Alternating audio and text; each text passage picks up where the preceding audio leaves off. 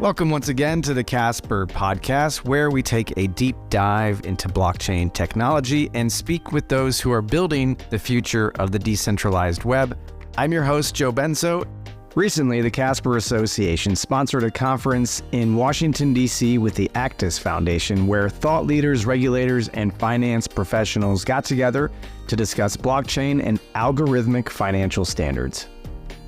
I was lucky enough to sit down and discuss the future of finance and blockchain with several distinguished guests, and today we're going to hear a couple of those conversations. First up is Maya Krasovsky, who spoke on a panel about financial standards. Maya, thank you for joining us on the Casper Podcast today. Can you introduce yourself for our listeners? My name is Mark Greenslade. I'm here for the Actus conference, and I was just speaking on a panel about decentralized finance, about financial standards that are coming out, and the future of DeFi's intersection with financial institutions and enterprises coming on chain. So I talked a little bit about some of the technical aspects of implementing zero-knowledge proofs to create more compliant blockchains that can then be used by financial institutions and other organizations, but also touched a little bit about the existing landscape of regulations and how it's going to change over time. Well, we're honored to have you here. Can you give us a little bit of your background, where you came from, and how you got into blockchain? So I briefly worked at Goldman Sachs, was a summer analyst there for several summers, was going to go full-time, but got into the world of cryptocurrencies and blockchain technologies, co-founded a decentralized data storage company that did run into some of the regulation elements that I was talking about here, and then transitioned to the world of zero-knowledge proofs. Worked at Leda Foundation and a zero-knowledge think tank called Delendum related to cutting-edge zero-knowledge technologies and potential partnerships between zero-knowledge companies and existing blockchain companies and some enterprise companies that want to make use of this new technology. What would you say are some of the biggest challenges for these technologies in terms of adoption? One of the biggest challenges to adoption is an understanding of the technology. I think that crypto is a very loaded term, especially with some of the, let's say, legal problems that people have run into. However, the tech itself can be used in so many ways to enable, let's say, new financial primitives, or as the Actus Foundation is doing, creating financial standards. So I think when people get to understand this is technology that can be applied to, let's say, enable KYC or to help with verifying identity without revealing sensitive information, then they get a little bit more enthusiastic about, okay, how can I include this in my project or in what I'm working on? So part of it is the education. The other part is getting more exposure to blockchain technologies. I think the Casper Association is doing a great job of kind of bridging those worlds. But once people see the underlying tech and how it can be used to, let's say, have more secure assets or more possibilities to create networks of trust that can be leveraged for all sorts of things, they become a lot more receptive to it.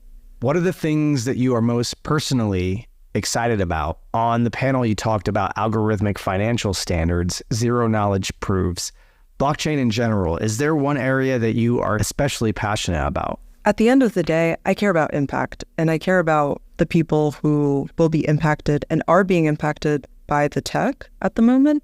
I think our financial system is due for an upgrade. I think the technology is a little slow. I think it can definitely stand to be improved.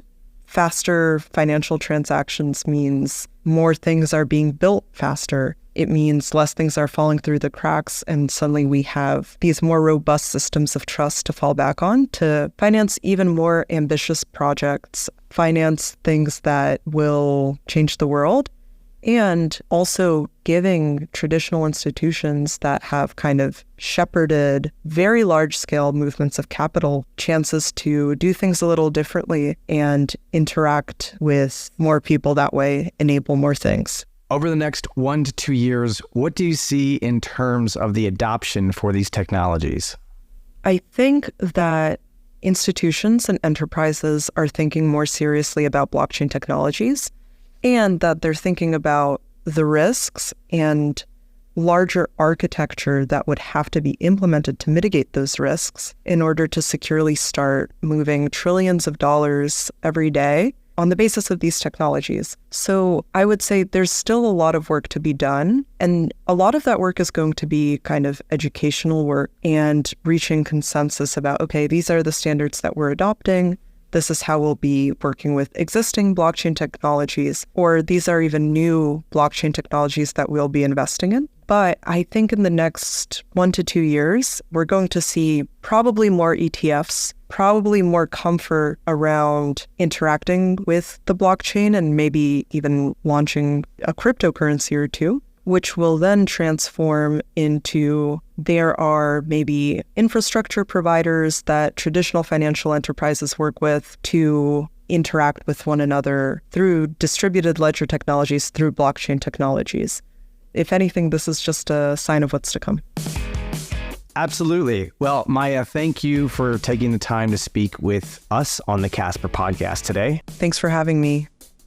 I also had the chance to sit down with Mark Greenslade, head of R&D at the Casper Association. They've got some very exciting things in the pipeline, but first I wanted to get his take on Actus and why it's important for the Casper Association to support this work. Thanks for your time today, Mark. Can you introduce yourself and tell us what you're doing here? So my name is Mark Greenslade. I'm head of R&D at the Casper Association. And so this is a second Actus conference that we've been involved with as a co-organizer and partner. This is part of a longer-term strategy to bring financial contracts into the kind of DLT space or blockchain space, servicing financial contracts. So adopting a standard such as Actus, which normalizes data around the financial services industry, is going to be a huge win for both regulators as well as financial institutions. Mark, the upcoming Condor release is just around the corner. Can you tell us what you're personally excited about with regards to this upgrade?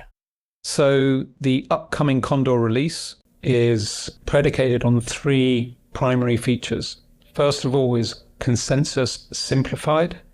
So the current consensus model is called Highway. The new consensus model will be called Zug. And Zug is a major simplification of the consensus mechanism. The second pillar is enhancements in the execution model. So the smart contract platform until now has had quite a lot of friction. That friction has been removed. The execution environment improved, both in terms of speed optimizations, but more importantly, in terms of ergonomics. The third pillar is account abstraction. So Casper has always had inbuilt multi-sig at the account level, but there were still friction points. And one of the friction points was that smart contract accounts themselves had fairly minimal permissions. With Condor, we've made significant enhancements in this area. So it's really about just maturing as a smart contract platform. So it's execution enhanced, accounts abstracted, and consensus simplified. Those are the 3 pillars of Casper 2.0. That sounds amazing. Thank you for your time today, Mark. Thanks for having me on the podcast. That's all the time we have today on the Casper Podcast. Thank you for listening, and we'll see you next time on the next episode of the Casper Podcast.